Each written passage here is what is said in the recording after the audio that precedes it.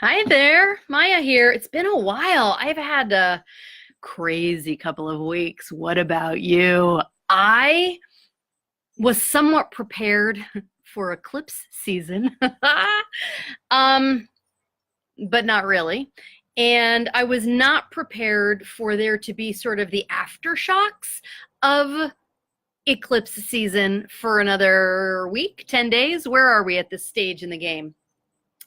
So last week, and I've got dogs. I've got dogs running around here. So enjoy their frolicking. They have not a care in the world. So the shit has been hitting the fan a lot for a lot of people. I got a text from a friend the other day. In fact, I hadn't even thought about this. Let me see if I can find it and read it out loud to you. I had already planned I've been planning this Facebook Live, like what to do when the shit hits the fan, like how not to be an asshole to yourself for like a week. And no internet, my landline, like everything that could possibly go wrong went wrong for 2 days. My computer wouldn't even boot up. I had not heard about the black screen of death, but I learned about it last week when I had it. Let me see what this friend said to me the other day. In the middle of all this, she says, hey woman, how are you? Everything pisses me the fuck off lately. What gives? I think that you should talk about this on your next show. She means on my next radio show. Everything is hard. Laughing my ass off. Nothing comes easy. So on that note, hope you're well, and some hearts. It's been hard for a lot of people, and it's been dark hard for a lot of people, and that includes me. And so I want to just talk about like what to do when the shit hits the fan in your life and just how not to be mean to yourself about it. And I was talking to a young friend yesterday, and he was being really hard on himself. And I was like, dude, relax around yourself a little bit. You've been working hard, so you're not meeting all of your goals, but that doesn't mean you're a failure. Why are you like being so awful to yourself? And he said that it motivates him, that otherwise he would be really lazy. There may be some truth in that. There is, when we get uncomfortable enough to take action, to do something different, that's a beautiful thing. But what I want to talk about here today is when you've got this really bad negative voice in your head that's like, ugh, you suck. All right. I want to talk to that voice, and I want to talk about, because we blame ourselves right away. Okay, there are some of us who feel like royal victims and we blame the other person. If that's you, and that has been me, you can ask my boyfriend. If that has been you, and we all, permission to like be the victim once in a while, have the pity party. But I'm not speaking to the person who's constantly blaming other people. I'm speaking to you if you are actually doing really well in life. If other people look at you and they're like, oh, you're doing so well. But inside yourself, you're like, I am failing. I suck. Everything's going haywire. It must be because I'm doing something wrong. So wait, I have some notes. Let me just check. Oh, I want to tell you just a couple of stories. So I mentioned that last week my computer kept dying. Like I literally could not get the screen on. It was on. It would make the waking up sound, but I just had a black screen.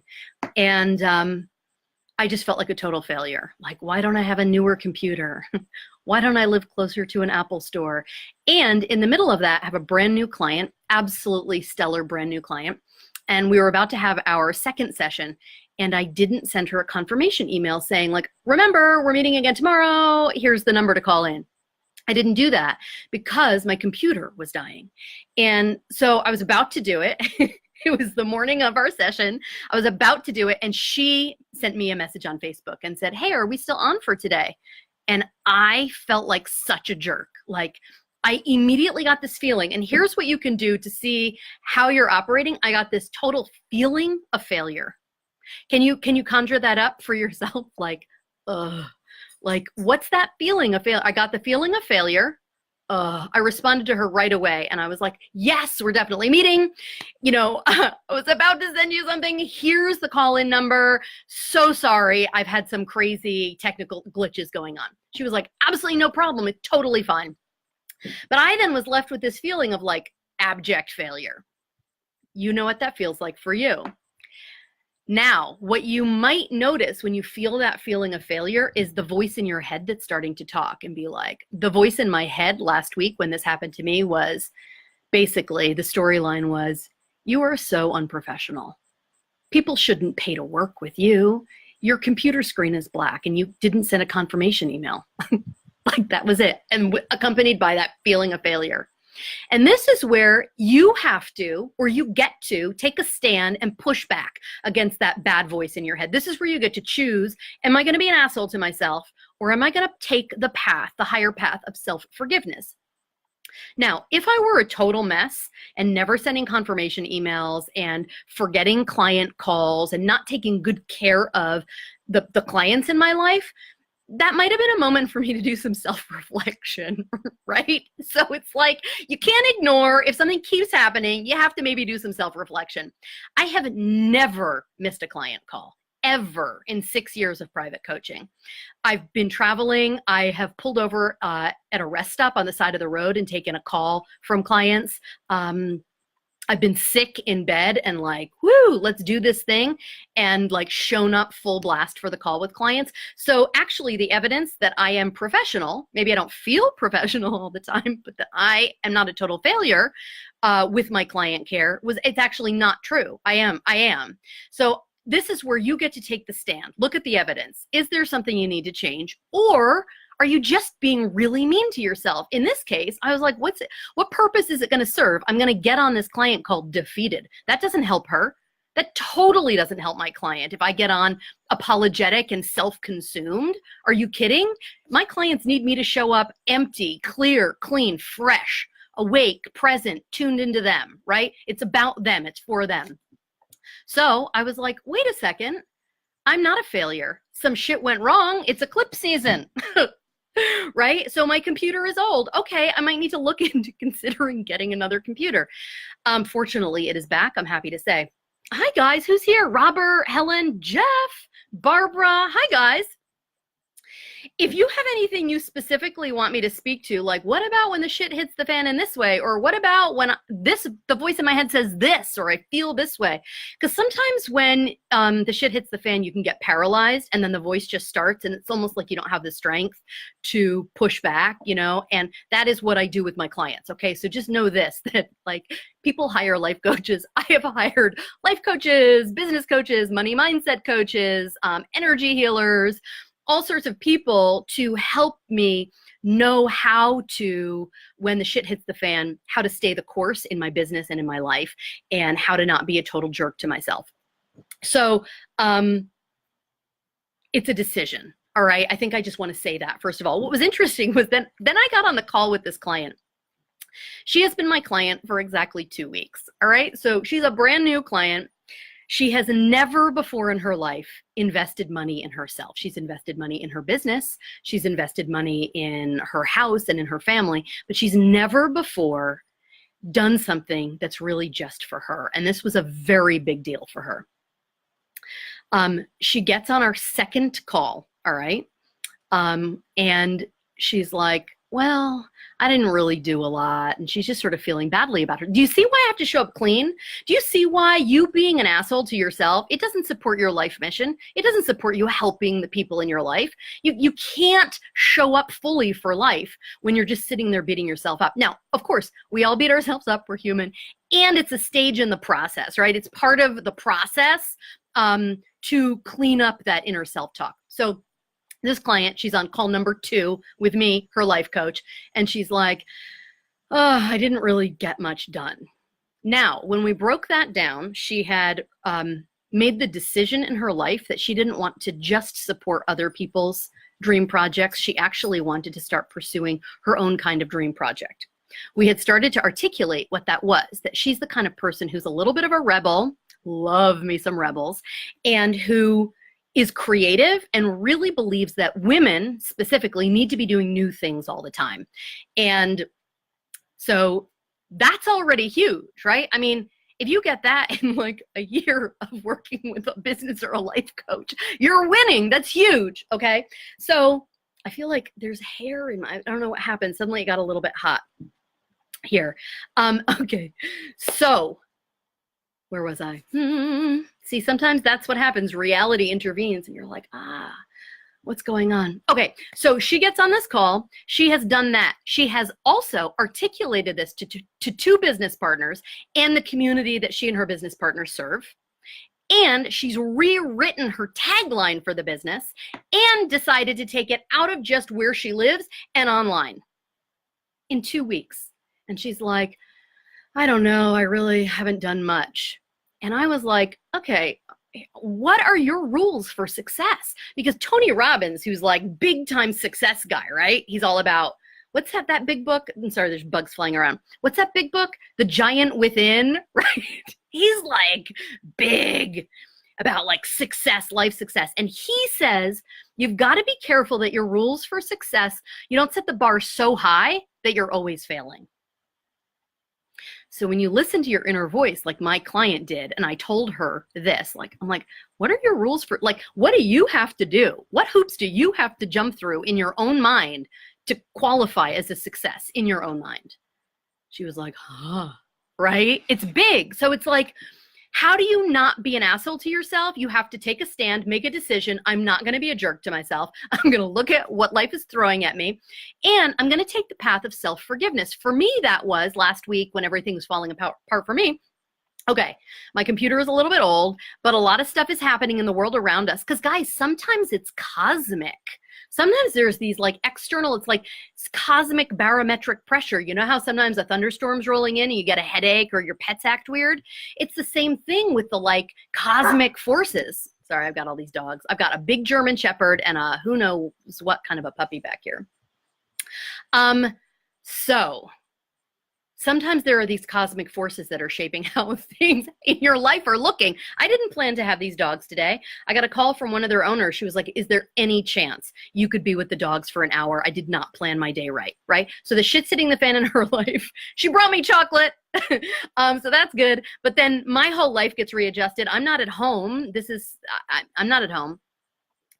So how do you start to roll with it? There are also some like tools to learn how to do that, right? But I think the number one thing here is if I were to constantly beat myself up, I would feel terrible. So it's like me, if I'm telling myself the story, oh, my life is a mess. Oh, I'm not professional. Oh, I'm not successful. I start defeating myself. And then where I can't function from there. So how do you get to the place of self-forgiveness? Well, you start to really look at the cold, hard facts, right? Like my client did, like, wait a second. I rewrote my tagline. I talked to both business partners. I communicated with my community in my business, and I've decided to take my business online. I mean, that's a huge 2-week business series of breakthroughs for her. And in her personal self-expression too, because she was taking a stand for herself and speaking up and not just supporting other people's projects. So you have to look at the evidence and see, am I like being really mean to myself and creating rules for success that I can never meet, right? So get to that place and take a minute. We at the beginning of the call, I don't know at what point you joined in, but at the beginning of the call, I talked about like, how can you, or not call, at the beginning of the Facebook Live here, how can you like know when you're feeling defeatist and when you're being an asshole to yourself, right? It feels bad. So you want to get to practice like feeling in your body, what I call like doing a body scan. And I open up all my live workshops with that. And I do that with clients all the time. Like, okay, tune into your body. How are you feeling? What does that failure feeling feel like? And now see if you can just like quickly get a snapshot of, if you're not being a jerk to yourself in your mind, what does it feel like to forgive yourself and to accept yourself? For me, it's like this bubbling up of lightness, like this inner champagne effervescence. You can close your eyes for a second if you want and just see. Like, and in fact, if you want to close your eyes or not, whatever, where you are, what if it's not you? What if it's not you who's causing the shit to hit the fan in your life? Like I said a minute ago, what if it's cosmic forces? What if it's other people like my friend who her day got thrown off? She's like, I didn't plan and now I have the dogs. That's not me. I could have said no. Also, I have said no in the past. So what does that feel like? It's liberating, isn't it? It feels freeing. And what if you could live from that place of freedom instead of that compression of negative self-talk?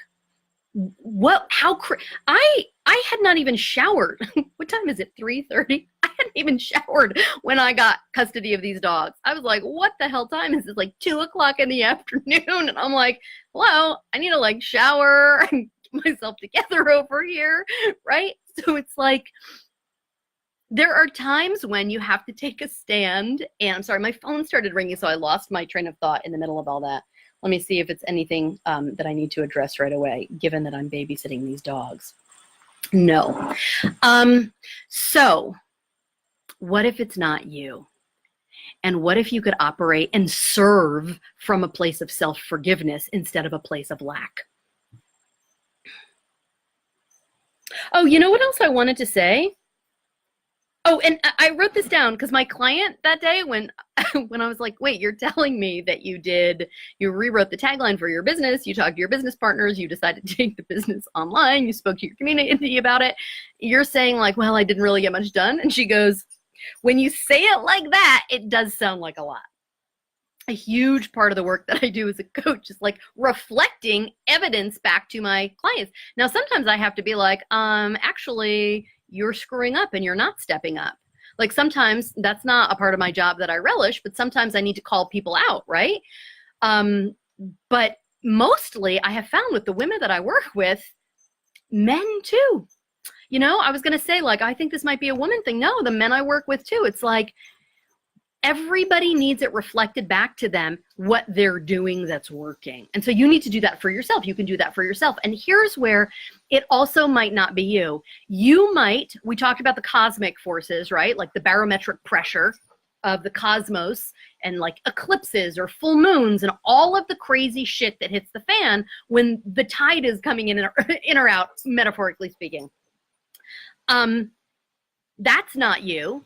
Also, your ancestral, like if you come from a family where there's a lot of depression or where the shit has always been hitting the fan, you might have more anxiety because you inherited a higher level of anxiety and a higher default to, hi Trudy, a higher default setting to something like depression or anxiety. It could be something that you inherited.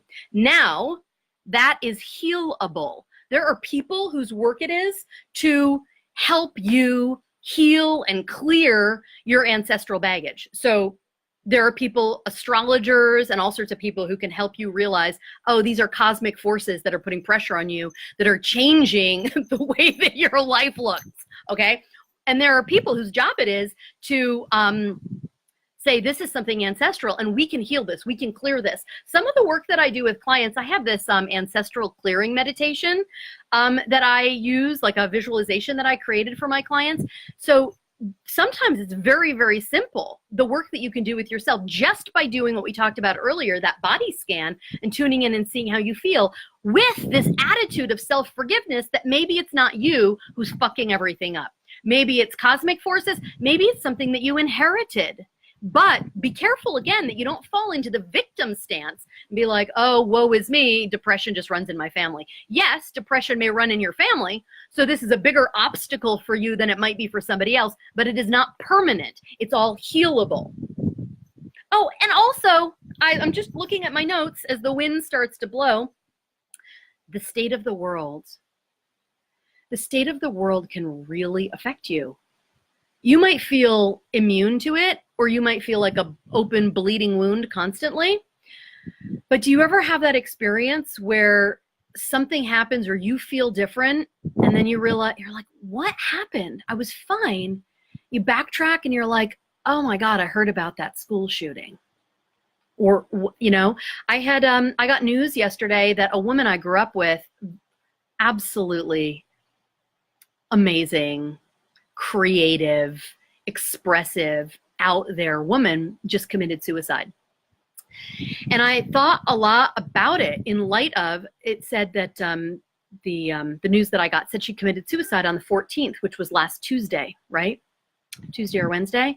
And on Tuesday and Wednesday was when my computer screen was going black. The landline went out 1 minute into a call that I was supposed to be on. The internet went out. My phone, the storage got too full. I couldn't do anything with my phone. I recorded a memo for a client and it erased it. It didn't save it and send it to the client. And I thought, God, I felt compressed and crazy and the shit was hitting the fan in my life. Pair that with old emotional stuff that you haven't fully processed, or mental health issues that run in your family, or a chemical imbalance. It's not you so much of the time. And even when it is you, when it's that negative self-talk and all those bad habits and emotional trauma that you're carrying around, that is healable and it is fixable. And sometimes it's just as simple as getting that it's not just you. So just remember, let me see if I can run this back. It's not just you. You've got to decide not to be an asshole to yourself. And you know what? You need to get the support and be like, okay, is something cosmic going on? Is there a cosmic or a real life thunderstorm rolling in? And get comfortable with feeling self-forgiveness and self-acceptance, and just play with that. You know what? Why don't I just leave that tool with you today? Like, just tune in, like, I'm feeling this way. Ooh, what would be the expansive freedom version of that? And just see what happens. Just see what happens. I want to check my notes and see if there's anything else. Yeah, just like, it's a decision. You might be lacking the tools to help with your mindset or your emotions or your ancestral stuff or all the cosmic stuff. So keep looking for messages for people who can support you with things, okay? And if I can support you, comment, send me a message. I am here. In fact, I'm going to try. I'm sorry, Barbara is saying, haha, it was that kind of a day. No kidding. Barbara, what does that mean, FTW? I don't know what that means. Educate me. What else did I want to say? I'm going to try to do a Facebook Live every day and just kind of keep it short, like 10, 15 minutes. That's so funny. I'm sure I'm not going to be able to do 10 or 15 minutes. How long have I been talking now? I don't know. This is one of those simple moments, right, where I could be like, God, Maya, you just talk so much. You had this goal of talking for 10 or 15 minutes. What? You suck, right? No, I'm gonna finish this video, take a look, be like, well, okay, maybe I need to tighten up my conversation a little bit. Because what I'd like to do, because I can see it in this friend who committed suicide. I was a mess all day yesterday because of that. I really had to do a lot of processing about that. And so whatever might be coming, world events, what's happening in the world that might be affecting you, give yourself the space and the time and the support to deal with it, to heal from it. Jeff says, I'm a beautiful person inside and out. Jeff Cook and I have known each other since 4th grade. And Jeff, I was just telling the story. In 5th grade, I'm going to tell this. You can't stop me. You're silenced on Facebook Live. When I was in 5th grade on Valentine's Day, I got a carnation from an anonymous person. And then it happened again in 6th grade. Now, guys, I was not a popular girl. I was a misfit, and I just felt uncomfortable in my own skin at that age. And to get a carnation from a secret admirer on Valentine's Day, do you have any idea what that did for me? It was so amazing. And on the last day of 6th grade, we were walking out of the school building together, and Jeff Cook, who was a beautiful person inside and out, said, do you want to know who sent you that carnation last year and this year? And it was him. And on our 20th high school reunion, we went out to dinner. Oh, I wish you lived closer, but it's just great to see you here and have a little love fest. Oh, what does Barbara say? Barbara says, deserving comes in here. Do I deserve this? I don't deserve to go easy on myself. How will I ever learn if someone doesn't beat me up? Yeah, that's in there. Mm-hmm. Totally. But that's part of the process. This is the other thing. Self-forgiveness is, listen, if you don't ever get any support and you don't ever read a self-help book or go to therapy or whatever it is, if you never even take on self-forgiveness or self-acceptance or like dealing with the negative voice in your head or any of the other shit that comes up for us or happens in our life, right? Then it's like, you're never going to figure this out. But get this, if you start taking it on, it's a process and things keep coming up. They still will keep coming up. I've been super active in personal growth for like 10 years now. And I still have the shit hits the fan in my life, and my inner voice and my moods and my emotions get the best of me sometimes. So it's a process, and deserving is a huge part of it. And what's interesting, Barbs, is that it doesn't matter what level, quote unquote, in your life that you're at. I work with so many people who have no money whatsoever, right? It's like they have no idea what they want to do with themselves. They have no money. Things are falling apart. And then people who like really look like they have it together on the outside, but they have a feeling of, do I even deserve success? Or Here's a big one that I see. Who do I think I am to go after my big dreams when there's so much suffering in the world? People are suicidal. If I'm not suicidal, how dare I? It's so self-indulgent, right? To think I deserve a bigger, shinier life. So every level that you're at, the next level up, you're going to get to confront new levels of negative self-talk. It's usually the same voice in your head saying the same thing that it was saying at the last level, that you like healed at the last level. Now it's going to talk to you about it now at the next level. Or that sense of deserving. Absolutely. It'll just come up at the next level. And then you take it on at that level with the tools. Maybe you get some new tools. You expand your capacity to feel like you deserve things. Or you say, fuck it. Maybe I don't deserve it, but I'm going to just accept it anyway. And you take it from there. So it's about getting the tools.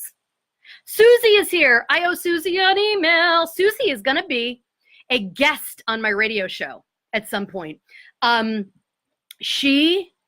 Guys, check out Susie's work. She's known as an Australian powerhouse. She has channeled entities. She's an amazing energy healer if you're in the Hudson Valley.